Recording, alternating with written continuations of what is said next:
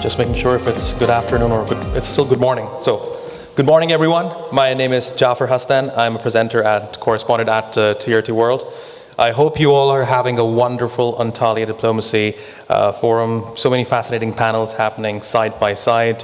Of course, fascinating insights from the first day, and we hope that the second day is going to be even better. Now, it's an honor for me to be moderating this timely and important conversation on food security, which is, I believe, one of the most defining challenges of our time.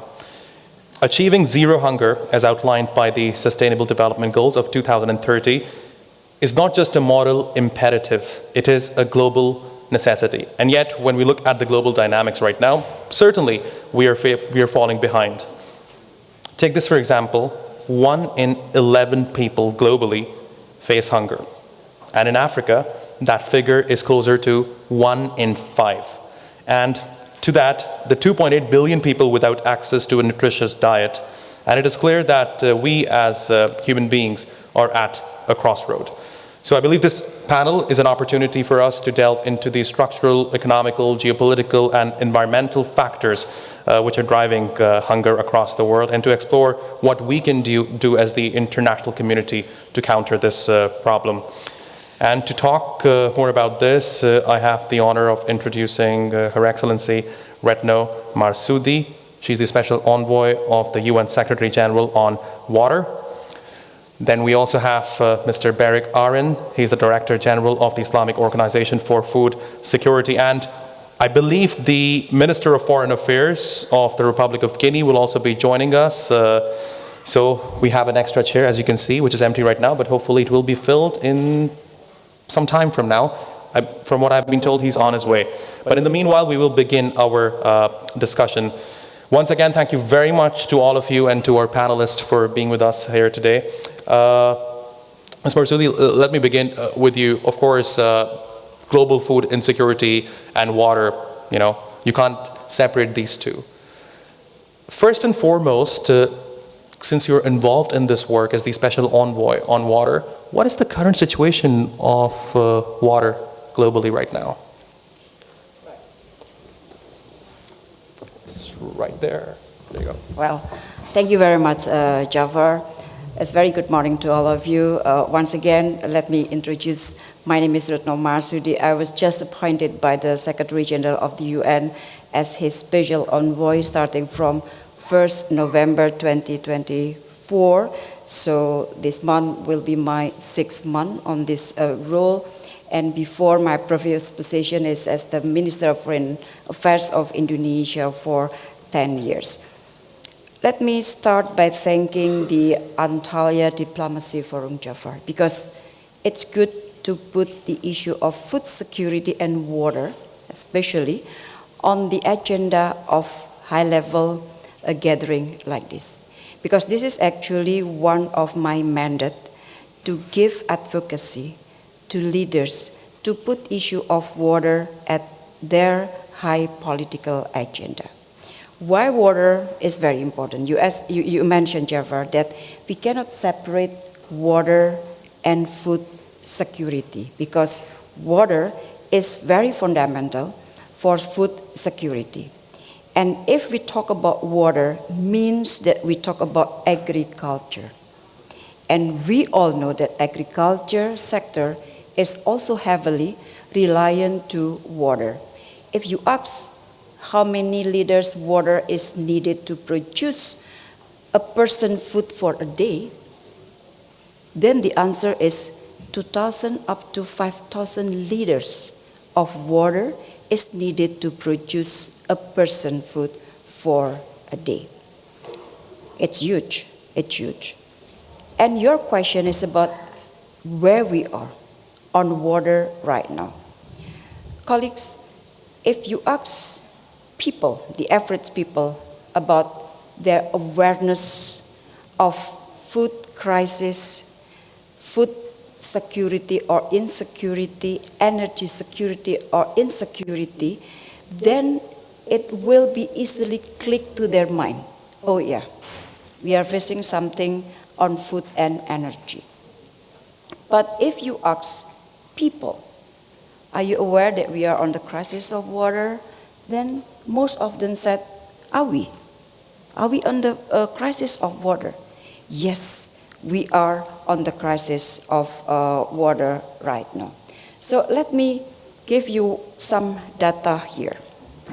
2.2 billion people, that means 1 in 4, still live without safely managed drinking water. That is including 115 million people who drink surface water. That is the data from WHO and UNICEF. And then 3.5 billion people, it means that 4 in 10 still live without safely managed sanitation. Also, sanitation is also very important. That is including 419 million who practice open defecation. And 2 billion people still lack basic hygiene services. So if you talk about water, one of the focus is on the SDG 6. And you mentioned about the SDG related to zero hunger. On the SDG 6 is among the worst in terms of achievement. We are very lacking behind, and the danger is if we cannot address SDG 6, then the impact will be on the attainment of other SDGs. Because you know, the nexus, the relation between water with our life. So maybe you quite often hear the term water is life and there is no life without water. That is very true. If we cannot address water, do not expect that the other SDG goals and target will be fulfilled in the better way. So in short, as an introduction, that is what I want to say. Thank you. Thank you very much for your insights. Mr. Aron, let me come to you now. So the IOFS represents a diverse group of countries, many of which are either A, food insecure or vulnerable to climate shocks. From your vantage point, what do you see as the most entrenched structural barriers preventing the development of resilient food systems in, for example, OIC member states? Günaydın. Günaydın. Sözlerime başlamadan önce Good morning. Before I begin my words, I would like to thank the Republic of Turkey and President Recep Tayyip Erdogan. I would like to convey my appreciation and regards. It is a pleasure for us to be here in the Antalya Diplomacy Forum, and we hope that this forum will be productive on behalf of the entire humanity. As a representative of the Islamic Organization for Food Security, the most deep-rooted barriers to resilient food system across OIC member states are structural in nature and multi-faced. First, widespread food insecurity remains alarming high in our OIC region, affecting almost 36% of the OIC population, far above the global average of 29% globally. Only 7 out of 57 OIC countries are net food exporters, meaning the majority depend on food imports and vulnerable to global market shocks. So, for instance, in the GCC nations, up to 80–85% of food is imported. So, inadequate agricultural infrastructure and resource constraints hinder resilience. In many of our member states, food is lost before it even reaches a plate. Up to 40% of food in developing countries is lost post-harvest due to insufficient harvesting machinery, poor post-harvest handling and storage, poor roads, and limited processing capacity. And water scarcity further compounds the challenge. Agriculture consumes about 72% of fresh water. So, and many OIC countries face acute water stress. As a tragic illustration, in the Horn Africa's recent drought left over 23 million people acutely food insecure in Somalia, Ethiopia, and Kenya. And thirdly, structural inequities and policy gaps impede progress. Many OIC countries grapple with high population growth and rapid urbanization. Smallholder farmers, the backbone of food production, often lack access to land, knowledge, financing, and markets. And in conflict-affected OIC states, instability has devastated rural economies and displaced farming communities, creating enduring food crisis. Even in more stable countries, an absence of strategic reserves and regional coordination enable countries to respond collectively. And of course, we are not standing idle. Under the IFS leadership, member states are confronting these structural barriers. We developed a comprehensive strategic plan for food security to guide collective actions. And we are urging countries to prioritize food security governance. We champion infrastructure investment in rural areas, better storage facilities, farmer training, and support centers, farm-to-farm roads, and irrigation networks. For example, as part of our Africa food security initiatives, IFS working with Sahelian governments on creating national grain reserves. And also, we emphasize regional solidarity and South-South cooperation. IFS is spearheading establishment of OIC regional food security reserves. And in sum, IFS has a holistic vision addressing immediate food needs while tackling root causes. It's a daunting journey, but together through diplomacy and development, we are transforming vulnerability into resilience, I hope.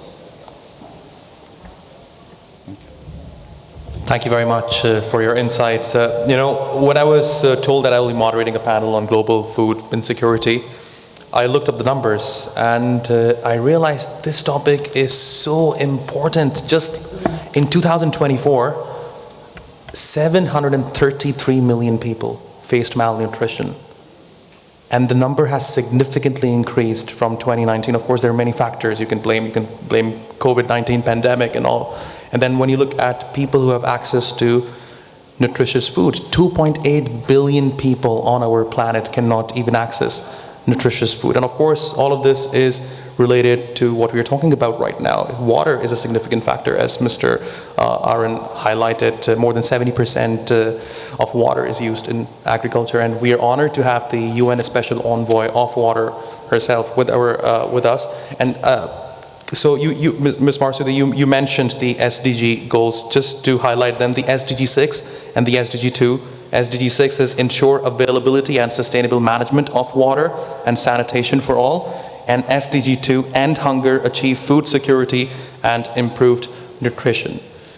As the envoy on water, how do you plan to address these challenges? Right. So let me try to take up first from my colleague mentioned about that 72% of fresh water is taken for agriculture. And if we talk about, you already mentioned about the population, and we are very sure that in terms of population now is about 8 billion. The number of population will increase. It means that there is a need of increased food, means also there is a need of increased water.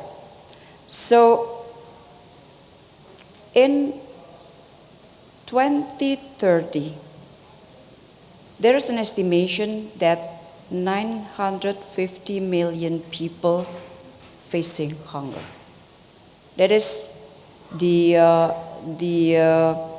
anticipated data that we see from now. I mentioned 8 billion people now.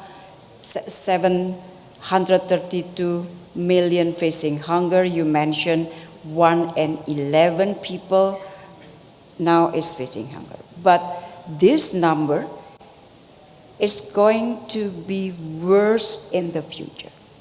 So the issue is, what should we do there? Because what I want to convey right now, what I want to share with you, I want to see the food security issue from the lens of water. And there are three very important points to transform our approach in agriculture sector, again, from the lens of water. Number one, agriculture sector must use water in a wiser and more sustainable way. That is very important. Until now, again, 70% agriculture needs the word fresh water, and if this trend must be reversed to make sure the availability of water in our future.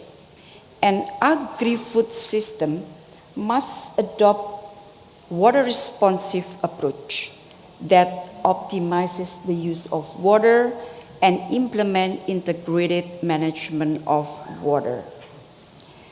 At the end of last year, in 2024, so just 1 month after I assumed my role as Special Envoy on Water, I took part in the first International Soil and Water Forum by FAO and the government of Thailand.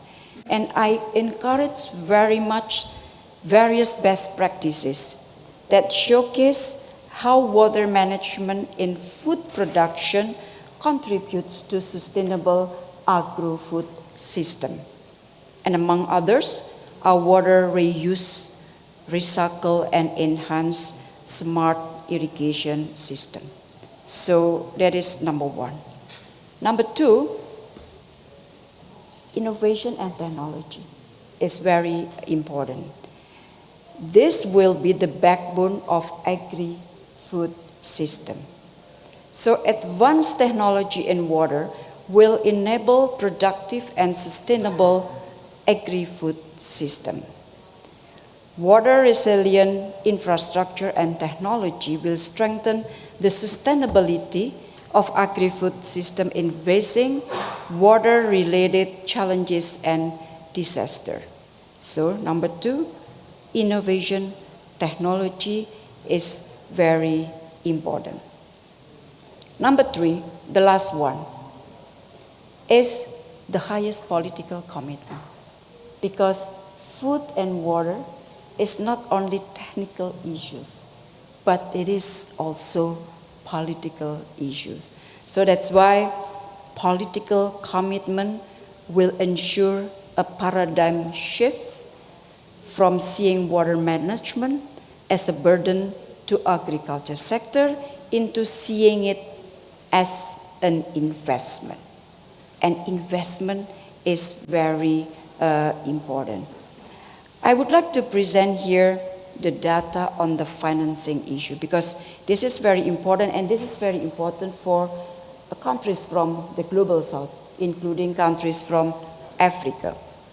If we talk about water and SDG 6, the question is how much investment that we need to achieve the SDG 6. The answer is we estimate and indicate that to achieve SDG 6, we need $1 trillion. $1 trillion will be needed per year. There is a huge of money that needed to achieve SDG 6, which I mentioned. If SDG 6 is not fulfilled, is not achieved, means it will give impact to the attainment of other SDGs. Now the question is, do we have that money? And we all know that the global south is working together with the global north on the development cooperation, including for food and also water issues. The next question is, are we heading to the right direction, that the spirit of cooperation is on the high spirit? That is very important. And this is why the forum like Antalya Diplomacy Forum is very important, because we have to re-cement the spirit of cooperation and collaboration. We hear that a number of countries now freeze the development cooperation. And I talk also with many donor countries. We are talking about ODA.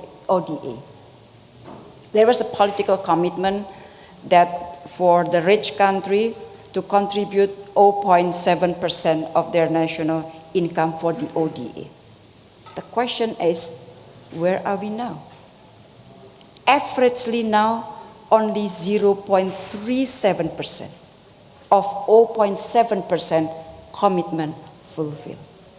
So while we are facing increasing number of population, increasing need of agriculture sectors, mean increasing needs of better management of water that needs innovation, technology, and investment, the sources to support this is not increasing, but instead reducing significantly.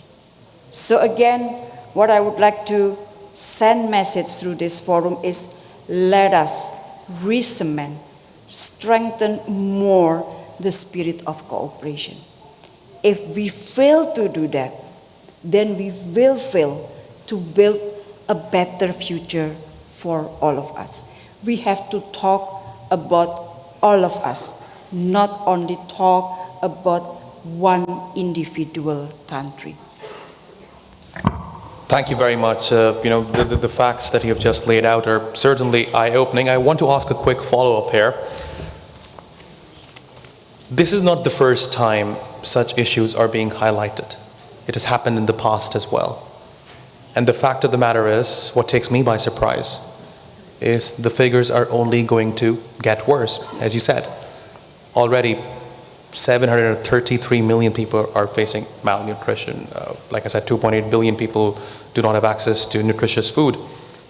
So what I want to ask you, based on your experience, what is that one thing that we are not doing right?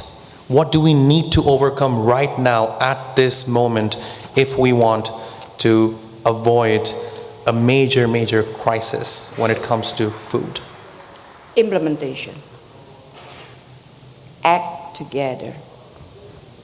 Because we have to acknowledge that sometimes we talk too much, we discuss too much, but we don't act that much as we promise. So that's why when I assume my role, I talk to the SG, I talk to countries, member of the UN. Let us implement what we are committed. That is very important. Sometimes we are very easy to make promises, but after the meeting ended, then we forgot what we are doing or what the promises are. So act together is key. If we really want to change, you mentioned about the worsening figure of data in all sectors, food, water, everything. Again, commitment to act together or to implement together is very important. It's easy to talk about let us act together, but when it comes to implementation, it is not easy. Sometimes one of the biggest challenges is geopolitics. But when it comes to humanity, let us set aside this geopolitical rivalries, because we have to save the life of the people. Absolutely. Very well said. Thank you very much. Fascinating insights. Mr. Aryan, let me come to you. So, we have identified the problem. The problem is that we're not implementing what we are discussing, right? So, Is it perhaps an indication that it's about time we start binding treaties that force certain countries to do certain things? Because the problem in the end is there is a vision but no action. I think implementation also needs political will. Sometimes we see a lack of political will from states to solve these problems and to address challenges we face. And also, we need, I think, strengthen regional cooperation and coordination of agricultural policy and water management policy. So I think we need also strengthening coordinations also demands enhancing of international organizations and implementation of commitment of member states within these international organizations. Let me add a quick follow-up, because this is something that you raised, that technology, is also something that can be utilized. But of course, it's a tough situation, especially for those who are in developing countries. So how can we ensure that smallholder farmers, for example, who produce much of the food in developing countries, are not left behind in this agri-tech revolution? So I wonder, how is the IOFS facilitating this transformation? Yeah, it's true that so-called agri-tech revolution is underway, from digital climate advisory sent to farmers' phones to drones and precision irrigation to advanced technologies. So we must confront the reality. Small farmers who produce the bulk of food in many developing OECD countries often struggle to access even basic modern tools. Bridging this technology gap is imperative if we are to make innovation inclusive. We are tackling this on 3 fronts as the IFS. Firstly, we focus on capacity building and knowledge transfer. Technology without training will not take root. So thus, IFS is establishing a regional training and excellence center with support of government of Qatar. This center is devoted to sharing good agriculture practices and agri-tech knowledge across OECD countries. And through workshops, farmer field schools and knowledge exchange, we help smallholders learn climate-smart techniques. For example, in Afghanistan's Herat province, IFS, supported by Kazakhstan and the Turkish TICA, recently launched a project to revitalize wheat farming. This initiative provided 300 small farmers, including women, with improved wheat seeds, fertilizers, and modern farm equipment. So such projects demonstrate how empowering smallholders with technology directly boosts food security and rural incomes. And secondly, we must make agri-tech affordable and accessible to small farm holders. Many smallholders cannot invest in expensive machinery or proprietary software. So those support funds, Islamic finance and government partnership, we are helping farmers afford tech from solar pumps to mobile apps. Simple local innovations are often the most transformative. We also emphasize the value of local innovations. Sometimes low-cost storage, silo or rainwater harvesting system can be more transformative for a village than a cutting-edge imported machine. So thirdly, digital inclusion is a key. In today's world, connectivity can be as vital as irrigation. Our organization advocates for closing the rural digital divide, working with governments to expand telecom infrastructure into farming communities.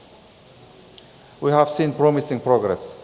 In some member states, agriculture extension service now using SMS or WhatsApp to disseminate weather forecasts, pest alerts, and best practices to thousands of farmers instantly. So we must replicate and upscale these successes. And e-commerce platforms also connect farmers to markets, but only if farmers can log on. That's why IFS, in collaborating with organizations like FAO and IST specialists, to develop user-friendly digital platforms in local language. We are also promoting agriculture insurance awareness and fintech solutions so that farmers can protect themselves against crop failure and access financial service via mobile technologies. So above all, technology must go hand in hand with training, financing, and supportive policy.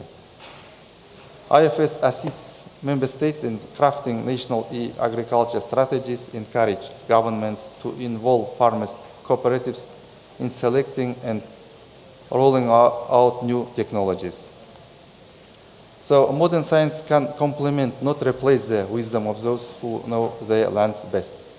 So to prevent a divided agri-tech future, IFS promotes a leave no farmer behind approach.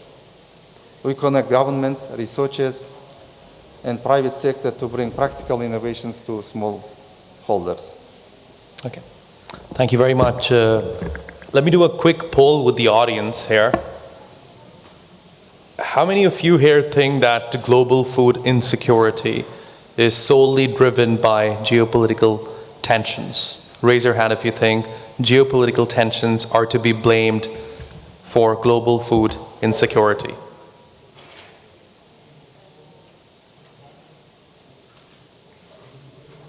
Okay, I wouldn't say that's the majority, but yes, enough people raise their hands. And the second question here, how many of you here think that global food insecurity is driven by climate change?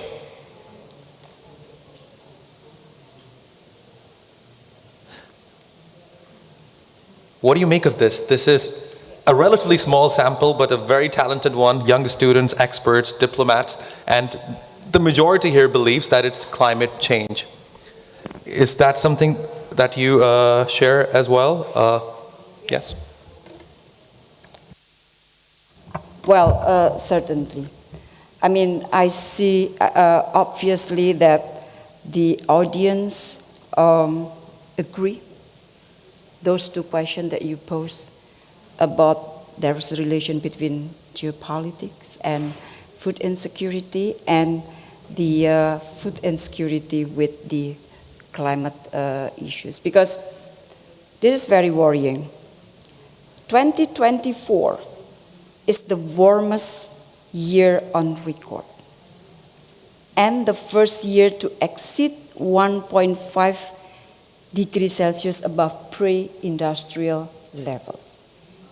And it's not only the 2024, but in the last 10 years, there's the trend of increasing temperature of our globe. And we just celebrated the glacier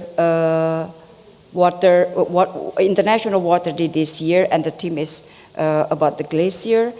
And there's a data how many 600 gigatons, glacier lost more than 600 gigatons of water in 2023. So just two examples shows that the climate change is real, and since it relates to the warmer,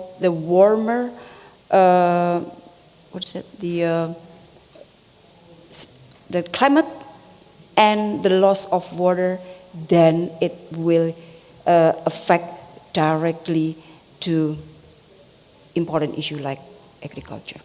It's very obvious. Indeed, fascinating insights. You know, I was lucky enough to see the devastating impact of climate change myself. I covered the floods in Pakistan in 2022, which the Secretary General of the United Nations called the worst climate disaster of our century. And I remember seeing almost 1/3 of the country covered under water, completely inundated. And of course, as you highlighted, it's going to impact agriculture as well. I want to get your thoughts now on the importance of combating climate change when it comes to food security. Yes, definitely the climate change negative impact on agriculture. And climate change already reduced productivity. Your microphone, yeah. Climate change already reduced the productivity of grains and many other crops. So how we can face this challenge? We have to develop new varieties of crops resilient to climate change. And we have to safeguard biodiversity. Now many OIC member countries lose their biodiversity by the impact of climate change, not only but also by conflicts also. For example, Syria. And to safeguard this biodiversity, our organization launched an initiative to establish IFS International Gene Bank. So now we initially reached agreement with Qatar and Kazakh government to establish this in Kazakhstan. So I think it will help to face climate change challenges. And also this gene bank will serve as a research center as well. To develop new varieties of plants, and in future we want to expand to preserve, to safeguard animal genetic resources as well. Ms. Marsuli, let me come to you now. I mean, we have established one thing, that climate change is one of the biggest factors when it comes to the topic we're discussing right now. And you, as you rightly highlighted, 2024 was the warmest year on this planet. I don't want to make this discussion political, but I have to ask because I think it's a very important question. There are certain countries in the world which many would say are the most powerful country on this planet, and their leaders have basically denied the existence of climate change. So how important in your view is it for those countries to basically address this challenge so that we as humanity, as human beings, as a global community can be saved?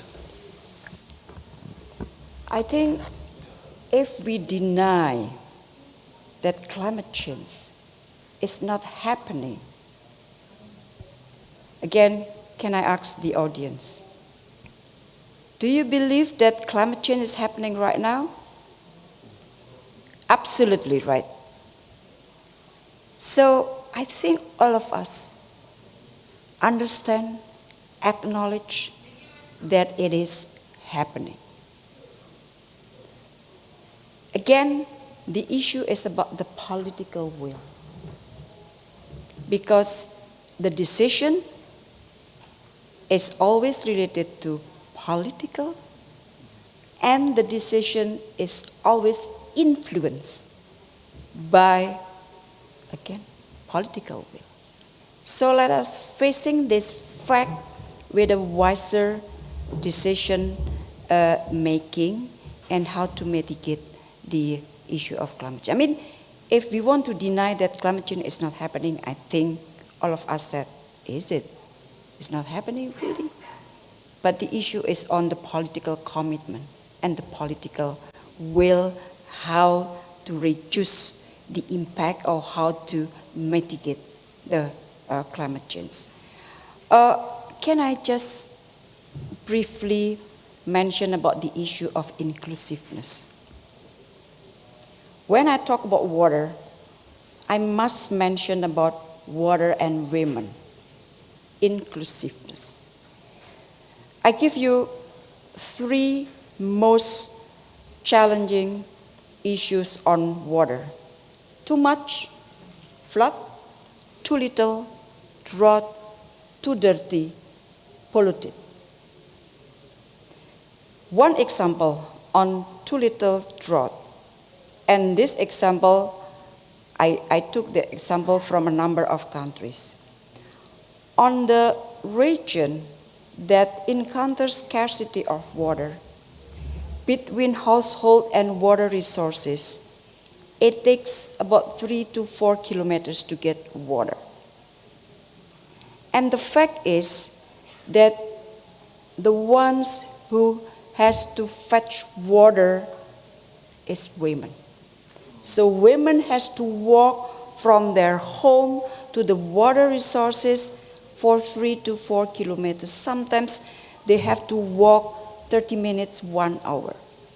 The issue here is not only access to water for their family, but whether the women is well protected and nothing happened on their way from their home to the water resources. So when we are able to put these resources closer to their household, to their home, we can address two issues at the same time. Number one, we can increase the access of everyone to have water. That is one of the basic human rights.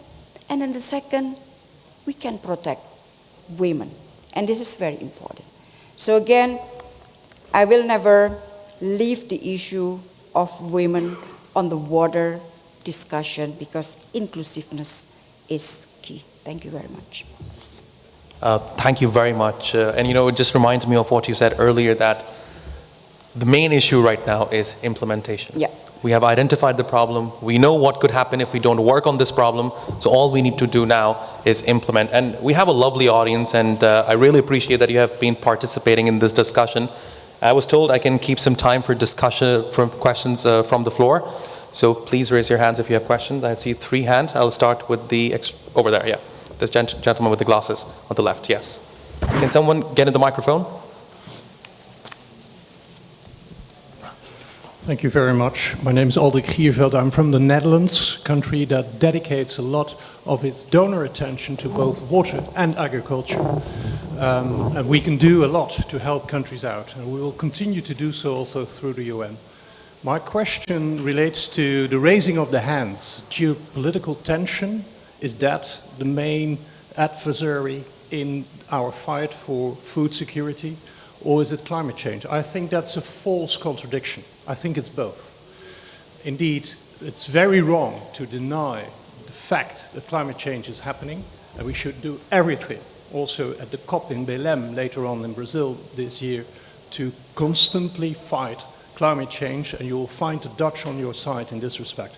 And secondly, we have to also look on the consequences of war, because indeed, as President Prabowo yesterday said, rearming is what, for example, European countries are currently doing. And why are they doing it?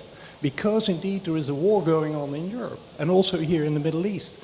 So the president said, might is right is the new motto of the world, unfortunately.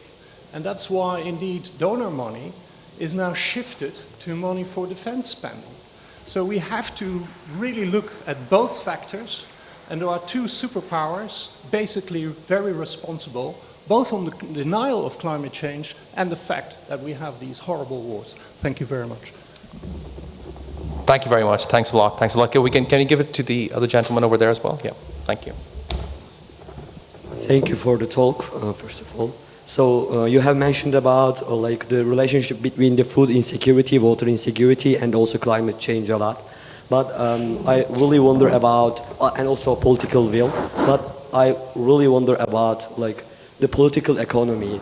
Like what is the effect of the political economy and the way of society's organization and also economy's organization in the modern age, in the modern time. So thank you. Okay. Thank you very much. If there's, can maybe take 2 more questions, then we'll discuss them together towards the end. So yeah, gentleman over there.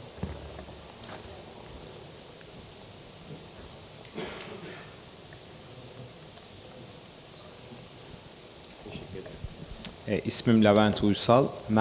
My name is Levent Uysal. I'm a member of parliament from Mersin.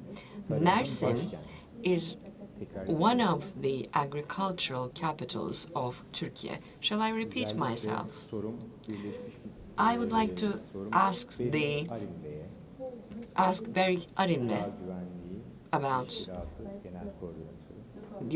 the General Director for the Islamic organization.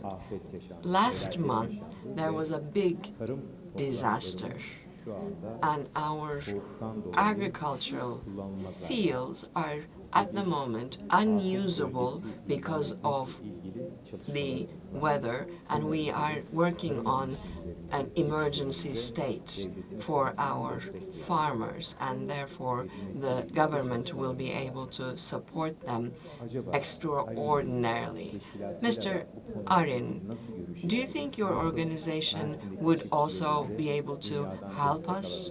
How can we get international support to the farmers in Mersin? Because this will impact the coming at least 3 years, we are thinking. And could we talk in detail in that regard?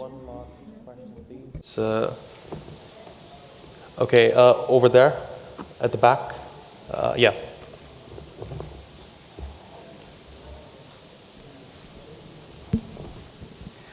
Özlem Doğan, Milat Gazetesi Ankara temsilcisi. Özlem Doğan, I'm from the Milat newspaper, talking about the climate change. And there are some terrorist governments like Israel, and they are doing a lot of things that could be called genocide, and they're using these guns and tools that are contributing to climate change, and they are doing acts of terrorism against the entire human race, and isn't anything going to be done about that? First one was basically about the link between climate change and geopolitical tension. I think you're absolutely right. They're both related. But if there's one factor that is perhaps contributing more to global food insecurity, then I think that would be climate change. Yeah. Okay. So I think we have the answer to that question already. And then to the gentleman over there about political economy, would you like to take that question? Yeah, well, I tried to get the data, how the economic impact of water, because there is the Global Committee on the Economics of Water just released a report, and one of the most important data from that report says that a global water crisis could cause a median 8% GDP decline in high-income countries by 2050. 8% GDP decline in the high-income country. What about in developing countries? It could reach 10 to 15%. So it's very clear, if we do not do something on water, what we will see is the impact on economy. And when I mentioned about the investment on water, for every $1 investment in water, there is a potential return of $4.3 US. Wow. So more than 4 times that what we invest. So that is the data that to show that the relation between water and the future of our economy. And one more thing, again, about women. It's very interesting to get the new data that 43% of agricultural workers are women. Again, we have to take everything from the inclusive perspective. And women should give really an equal access to everything. Absolutely. Thank you. Well said, well said. And then we had a question from Member of Parliament from Mersin, and I'll let you discuss after the panel with your team perhaps, and then you can connect. And the last one was from the lady over there about Gaza and the Israeli attacks taking place on the Gaza Strip, and then we were talking about climate change. I mean, I'll add to that, according to the United Nations, there's basically no food that has entered the Gaza Strip. People are dying of hunger. And there were 25 bakeries that were being provided with bread from UNRWA. UNRWA is not able to do it anymore. The UN is not able to do it anymore.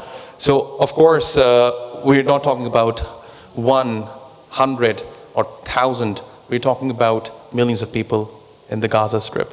So, Mr. Aaron, I would like you to respond to this question. How imperative is it for the international community, us as human beings? Because I think what it is about in the end, how did we reach a point where the killings of tens of thousands of people, women and children, is justifiable, is something normal? Yeah, unfortunately, yes, Palestinian people suffering for a long time from occupation, and nowadays I think situation is critical. Millions have no access to daily dietary, to basic food or nutrition food. So as an intergovernmental organization, we already called member states to unite and to provide necessary humanitarian assistance to Gaza.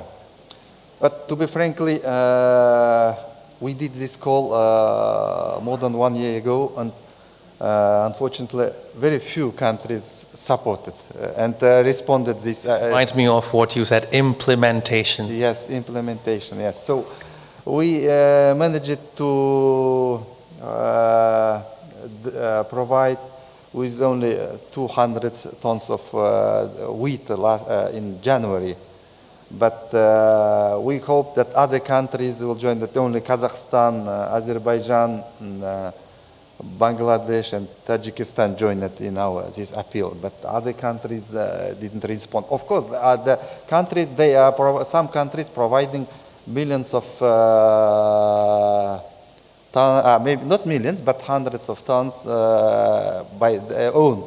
And I can't deny that the humanitarian aid comes from different countries, but our appeal the aim to show solidarity of Islamic Ummah. And we hope that other countries will join us and we can continue providing humanitarian aid to Gaza. But after stabilizing situation, we hope to implement some development projects in Palestine. Thank you very much. Thank you very much. Unfortunately, we are out of time, and unfortunately, the foreign ministers of Guinea couldn't join us, so we would like to thank him as well. Of course, perhaps next time, some other day, we can discuss this important issue with him. I would like to, first of all, thank my panelists for your fascinating insights into this important topic. Yeah, please. It should be louder than the other room. Thank you very much, and thanks to all of you for participating. I just hope that this discussion gave you something to reflect on, because what we discussed is about the future of humanity. Thank you very much. Thank you.